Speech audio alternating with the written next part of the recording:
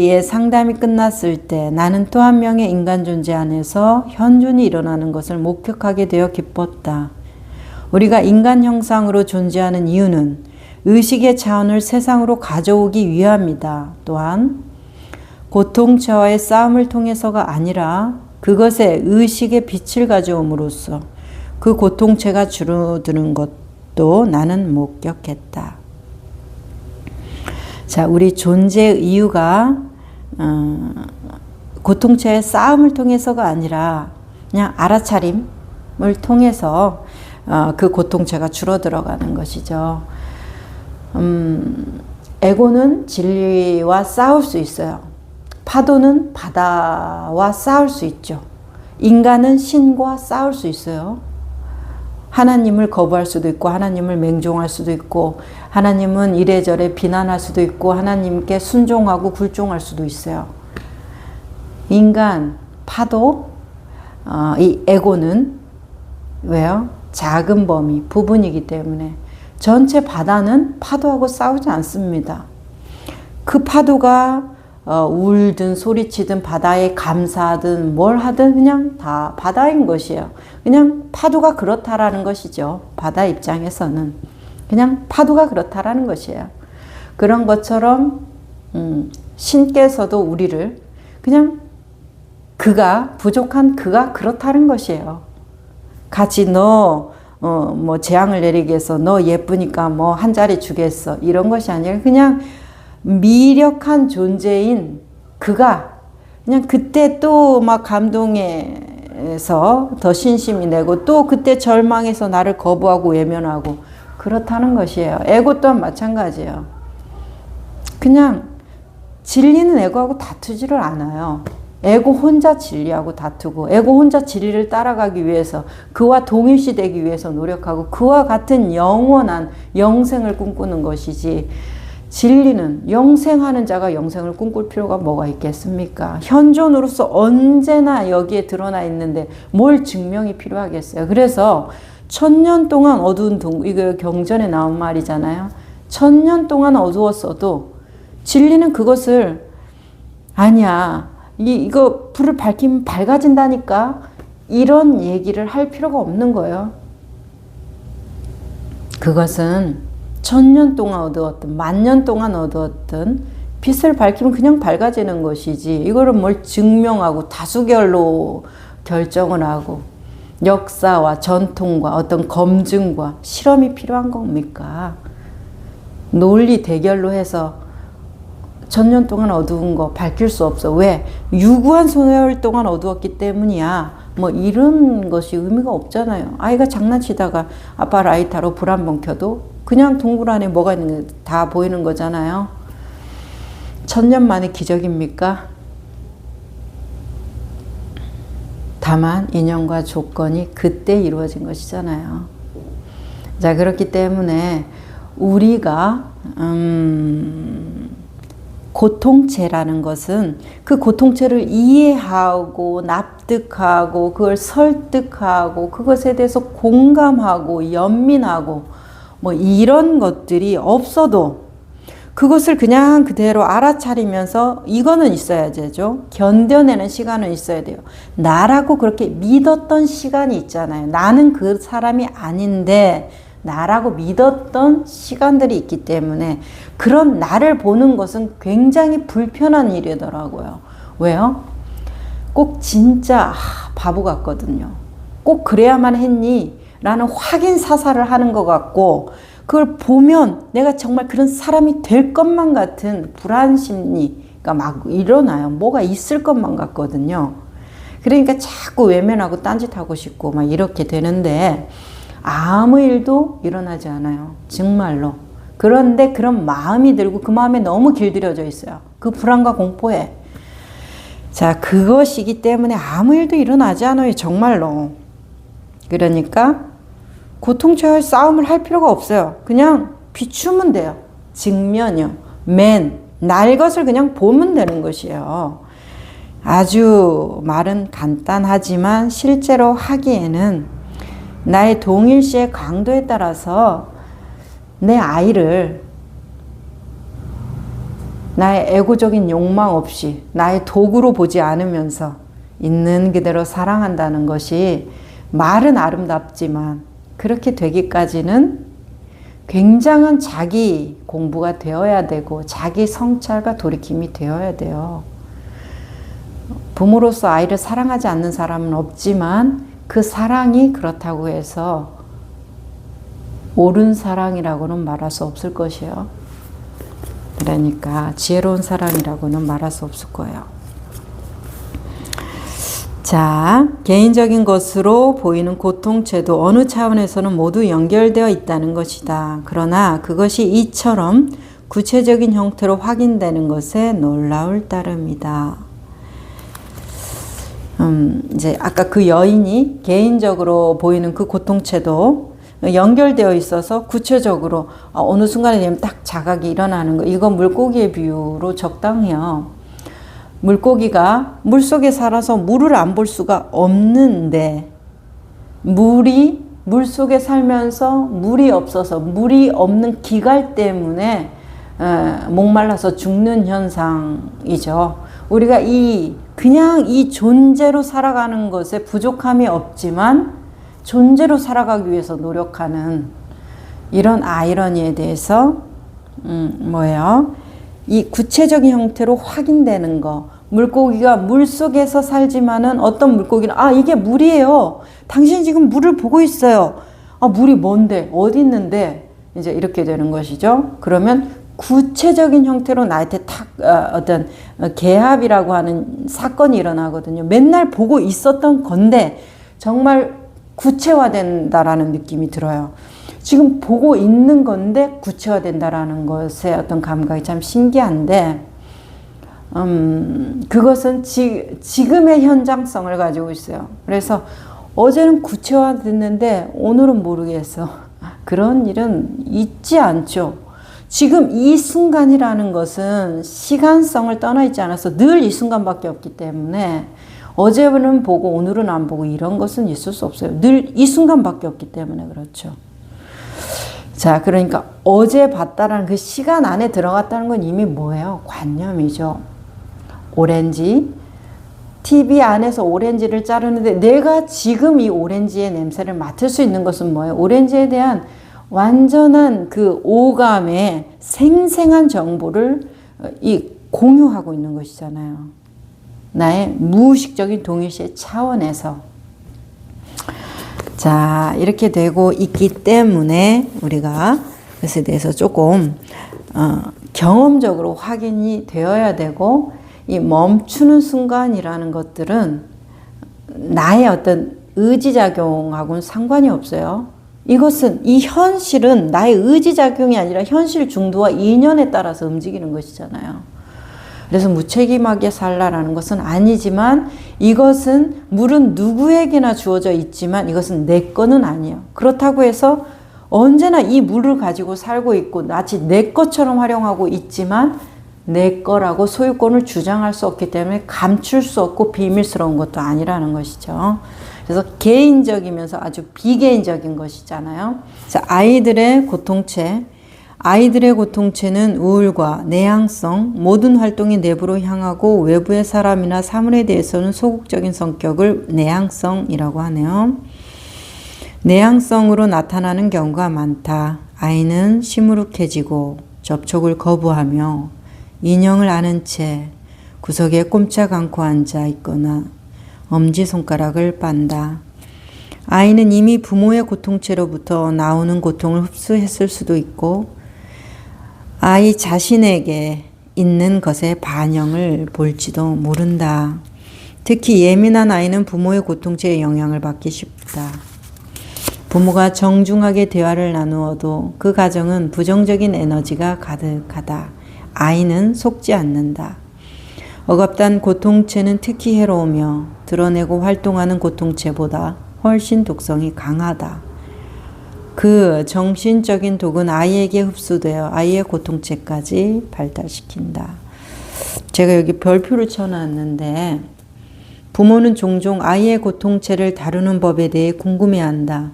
물론 먼저 던져야 할 질문은 자기 자신의 고통체를 어떻게 다룰 줄 아는가이다. 자기 자신의 고통체를 인식하는가? 충분히 현재의 순간에 존재하는 것이 가능하고, 그래서 고통체가 활성화되었을 때 그 고통이 감정적인 생각으로 스며들어 자신을 불행한 사람으로 바꿔놓기 전에 그것을 알아차릴 수 있는가? 이런 부모라면은 아이에 대해서 조금 더 고통체의 유전을 덜 할 수 있다 이 말이겠죠.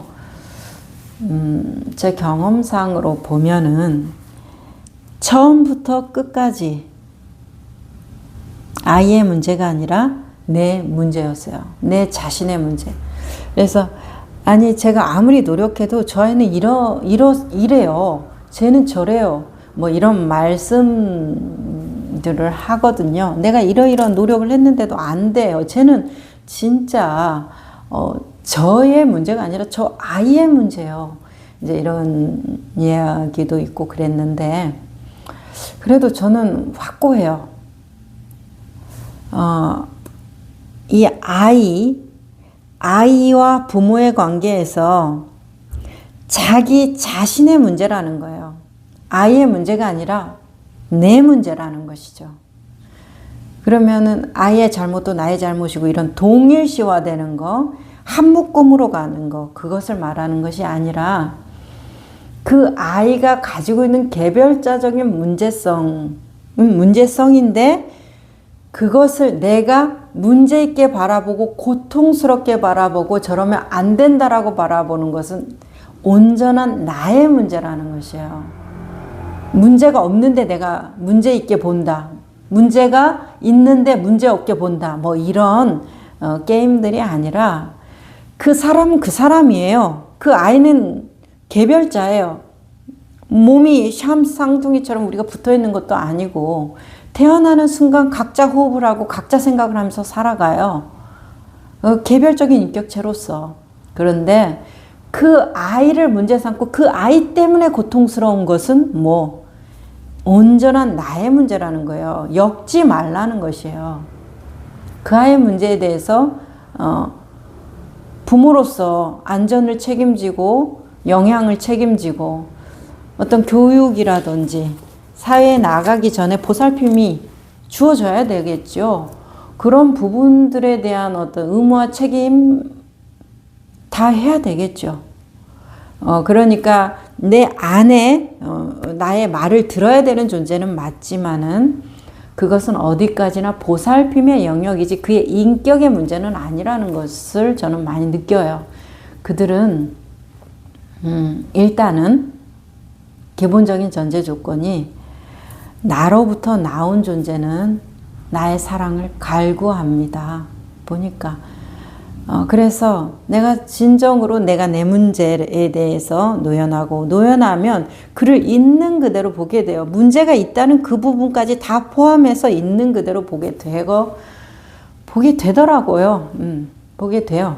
그래서 그 사람의 문제에 대해서 같이 고민하고 그 사람의 문제에 대해서 같이 힘들어할 수는 있지만 너 잘못됐다 라는 이 찌르듯한 감정은 아니에요. 그래서 아이를 사냥하듯이 보는 경우가 많아요. 제가 봤을 때는 어떤 문제점을 타깃해가지고 그걸 막 부각시켜서 그 아이도 고통스럽고 나도 고통스럽고 이제 잘 키워보겠다는 마음이죠. 그 마음에 대해서 너무나 공감을 하는데 마음이 그렇다고 해서 행동이 다지러운 것은 아니더라고요.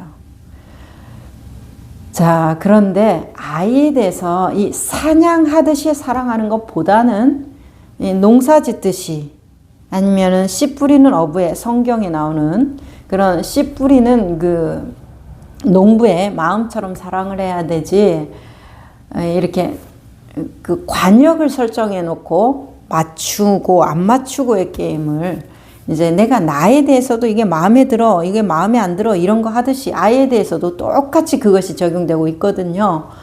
그러니까 그리고 아이들이 가장 스스로 자기 자신에 대해서 이미 문제점을 인식하고 있어요. 감정적으로든 이성적으로든.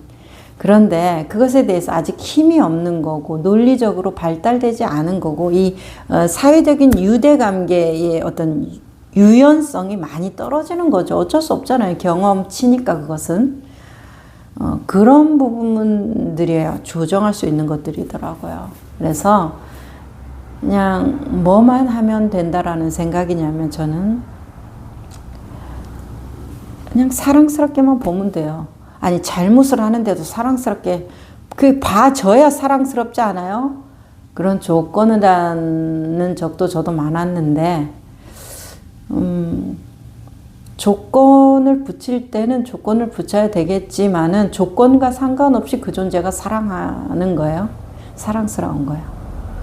이것은 내가 나 자신으로부터 이 톨레가 말하는 자기 자신의 고통체를 다룰 줄 알아야만 돼요. 우리는 그 연습을 해야 돼요. 아이를 어떻게 바꿀까 그 연습이 아니라 아이한테 어떤 좋은 말을 해줄까 그 연습이 아니라 내가 내 고통에 대해서 얼마만큼 인지하고 알아차리고 있고 그것을 얼마만큼 견뎌내고 있으며 그 자기 자신에 대한 그 우울감에 대해서 내가 얼마만큼 힘이 있고 중심을 잡는가 그 문제로 접근하는 것이 100만 배, 억만 배는 빠릅니다. 아이를 바꿔놓는 것보다. 아이에 대해서 거짓말을 할 때 정직해야 된다고 믿었기 때문에 아이가 거짓말을 할 때 한 번 참어, 두 번 참어, 세 번 참어. 아니 내가 참는 것을 제가 정말 모르나? 이제 이런 생각을 했을 때 화가 정말로 폭발하더라고요. 계속 그렇게 거짓말을 하고 나를 기만한다는 생각이 들 때 그랬을 때 딱 저를 보게 됐어요. 아이한테 말하고 있는데 나의 그 얼굴이 완전히 일그러져 있고 그 아이를 완전히 뭔가 아주 나쁜 사람 정말 감정적으로 매도하는 느낌 있는 그대로 안 보고 너는 내가 지금까지 데이터를 냈는데 이것이었어 이런 것에 대해서 확인하는 작업을 하고 있더라고요. 아이는 물론 뭐 엄마가 막 따다다다 얘기하니까 또 지가 거짓말한 것도 맞으니까 찔려서 울고만 있지만 저는 그래서 미안하다고 말하는 그 사과를 들을 때 하나도 떳떳하지 않았어요. 기쁘지도 않았고 이겼다는 통쾌함도 없었어요. 정말 창피했어요. 이 정도라구나 이것을 느꼈거든요. 그래서 내가 나 자신에 대해서 정말 모르는구나. 이런 식으로 내가 상대방에게 내 감정을 풀어대고 있었구나. 그리고 그 약한 사람한테 강자로서 권력을 행사했구나 하는 정말 좀 창피하고 부끄럽고 할 말이 없더라고요. 그런 저 자신을 꾸준히 보는 연습을 계속 감정이 올라올 때 보다 보니까 뭐 하는 짓이야? 이런 느낌이 들면서 어느 순간에 그런 습관들이 사라지기 시작했어요. 그게 그래도 1년 정도 걸렸던 것 같아요. 아이를 대할 때. 지금은 일단 평가와 판단에 대해서 우리가 얼마나 평가와 판단을 하고 있는가에 대해서 알아야 된다라고 느끼고 자기 자신에 대한 평가와 판단으로부터 좀 놓여놔야 된다고 이렇게 느껴요. 그래야 다른 사람에 대해서도 특히 아이에 대해서는 더 이 어떤 정서적인 공감대가 너무 강력하기 때문에 더 힘든 것 같다 생각하거든요. 고통체들은 매우 극단적으로 드라마틱하다. 그러므로 그 드라마에 말려들어서는 안 된다. 그것을 너무 심각하게 받아들이지 않아야 한다. 원하는 것을 방해받아 고통체가 활성화되는 경우에는 아이의 요구에 굴복해서는 안 된다. 그렇지 않으면 아이는 내가 더 불행해질수록 갖고 싶은 것을 더 많이 얻게 된다는 것을 배우게 된다. 훗날 삶의 기능장애를 초래한다.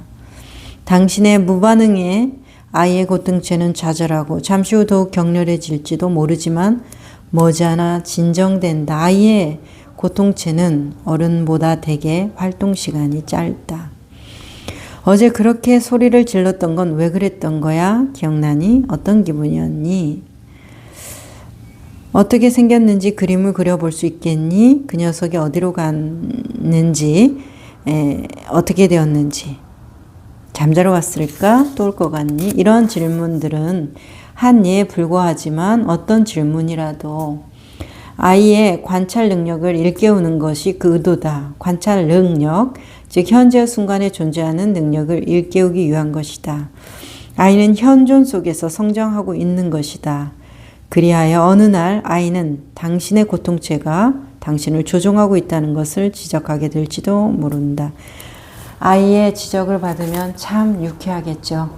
우리가 같은 존재로서 수행자의 입장에서 본다면 이 톨레의 말에서 이런 질문들, 그래서 관찰 능력을 일깨우는 좋은 의도를 가진 현재의 순간에 깨어나기 위한 좋은 의도들을 가진 질문들 매우 좋다고 느껴집니다. 그리고 이렇게 많은 부모 교육에서 아이에게 하는 상황과 말과 태도와 그 폭력적이지 않은 언어들, 언어가 폭력적인 꼭 나쁘고 욕하는 것만 폭력적인 게 아니야. 친절하고 착한데 압박감을 주고 심리적인 부담감, 강한 부담감을 주면 그것도 일종의 심리적인 폭력이잖아요. 이제 그런 어떤 스킬들이 우리 참 많죠. 요즘같이 정보의 홍수, 그리고 정말 훌륭하신 분들이 다 많이들 공유를 해주고 계시기 때문에 있지만 그냥 제 경험으로는 아이와 부모의 관계에서는 매우 단순하다고 저는 느껴요. 제가 해보니까 이런 막 질문들 어떻게 해야 되니? 이런 어떻게 했을까? 어떤 모습이었을까? 너의 고통은 이랬을까? 이제 이런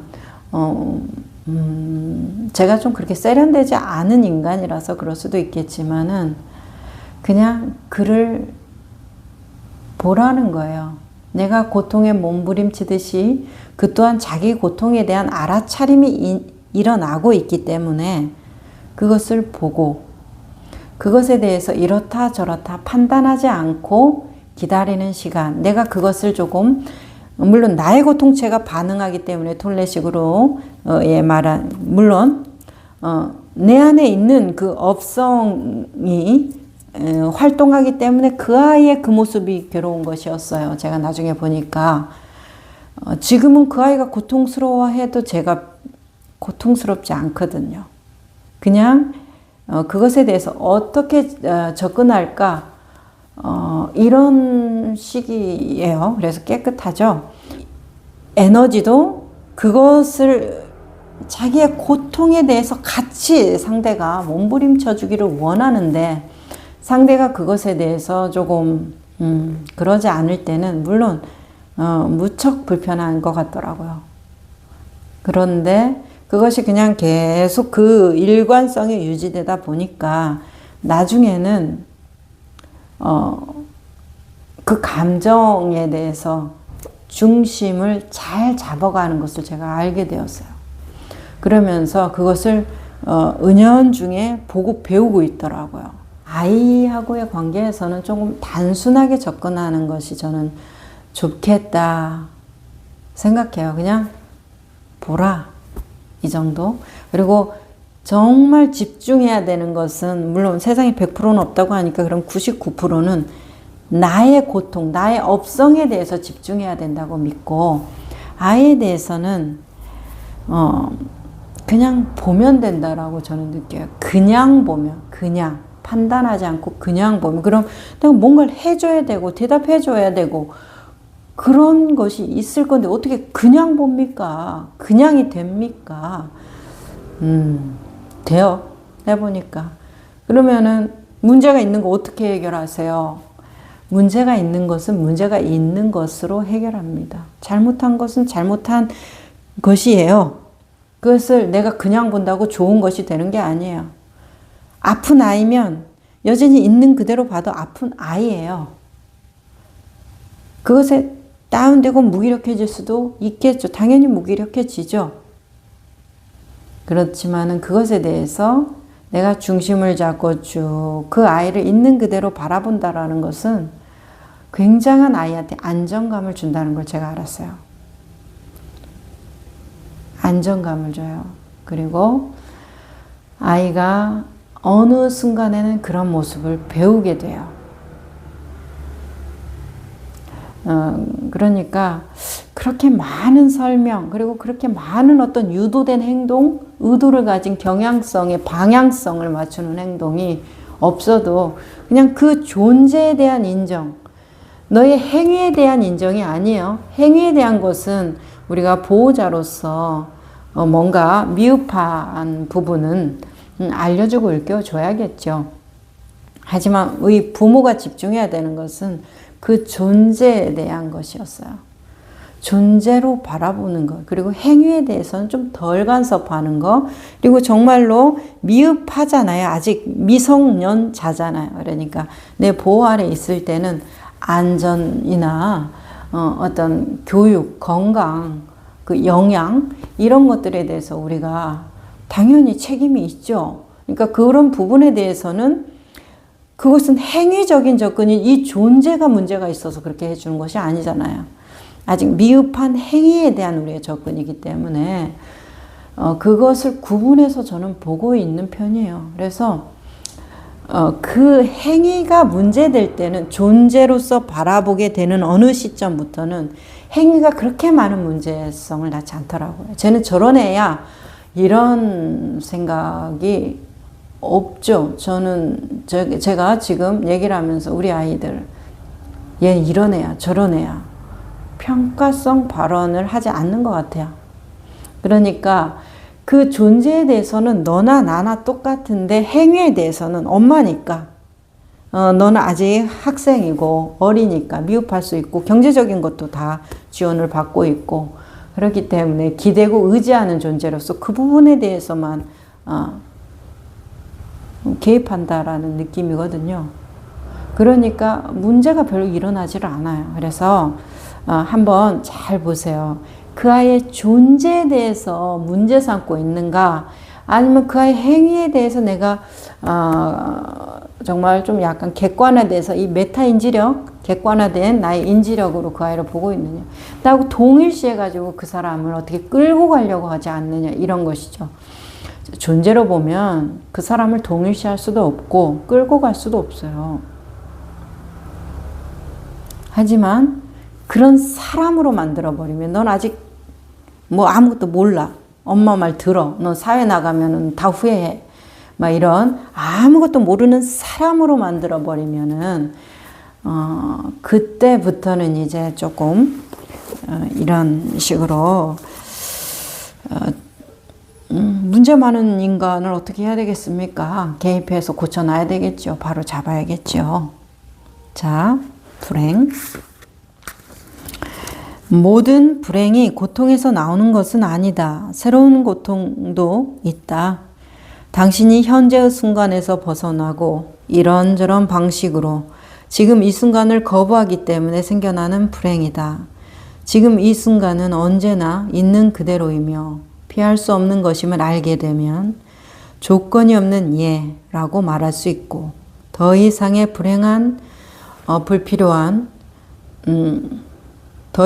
불필요한 불행을 창조하는 일도 없어진다. 뿐만 아니라 내면에 존재하는 저항이 사라지면 삶 자체가 당신에게 힘을 가져다 준다. 고통의 불행은 언제나 원인과 결과의 불균형이다. 말하자면 과잉 반응이다. 단지 방아쇠에 불과한 축적된 오랜 감정을 되살리는 것이다.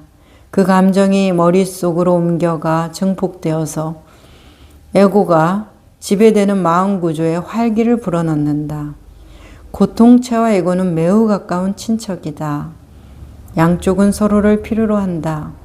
고통체를 촉발시키는 사건과 상황은 몹시 감정적인 에고의 화면을 통해 해석되고 반응을 일으킨다. 즉 사건과 상황의 중요성이 완전히 왜곡된다. 당신이 보고 경험하는 것은 현재의 사건과 상황 속에 있지 않고 단지 당신 자신 안에 있다. 현실의 왜곡. 현실의 왜곡이라는 것은 내가 바라는 바와 지금 현실의 중도의 어떤 차이에서 오는데, 내가 바라는 것은 완전한 내 편이죠. 근데 현실은 네 편, 내 편이 없어요.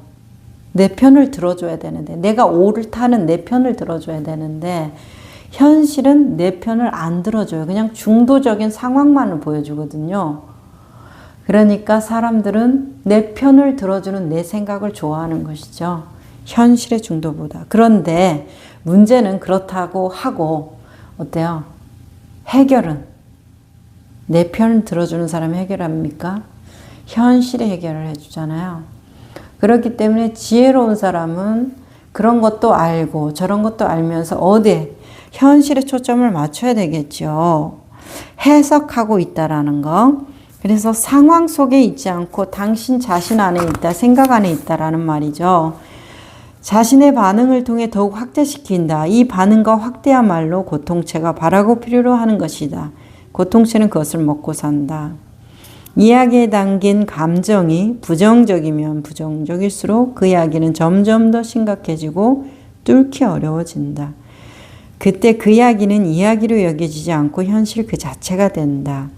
자신이 만들어낸 영화와 꿈속에 갇혀 있는 것이다.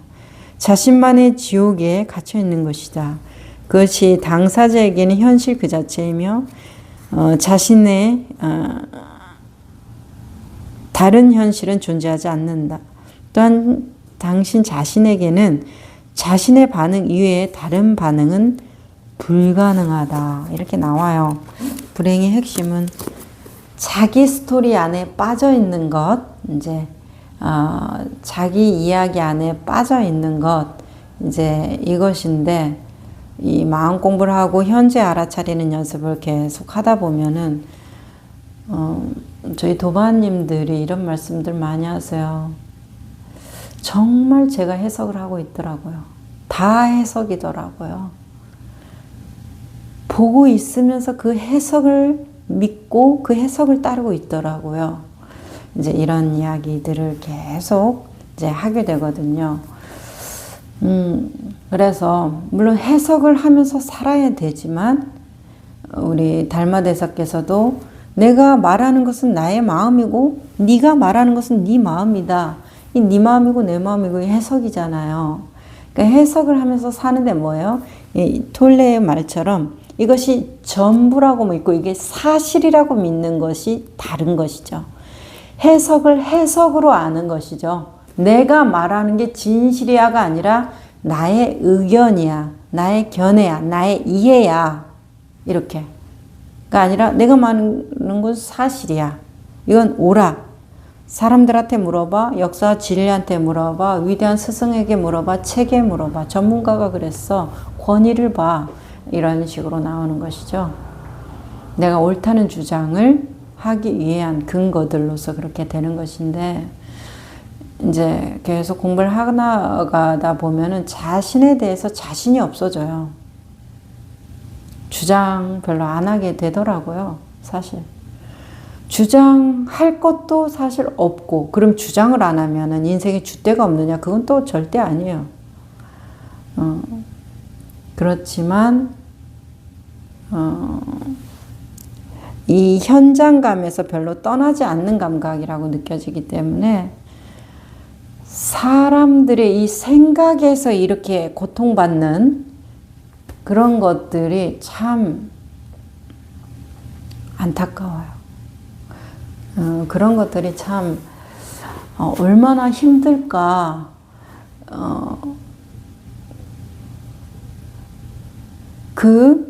이 환영체 같은, 그 환영체 같은 생각을 붙잡고 저렇게 괴로워하는 그것이 정말 얼마나 힘들까. 참 힘들어 보여요. 그래서 그런 부분에 대해서 부탁께서도 난 오직 두카, 불만족 고통이라고도 해석하는 그것을 말한다. 이래서 사성제의 첫 번째 관문을 고성제라는 위대한 진리를 말씀하시죠. 자기가 경험하기 전에는 아무리 그게 당신 생각이에요. 머릿속에서 만들어내는 것들입니다. 그냥 짜집기 된 것이에요. 이렇게 말을 해도 너무나 현장감이 느껴지기 때문에 잘 그것이 처음부터 확 와닿지는 않으시는 것 같더라고요. 오늘은 여기까지 하겠습니다.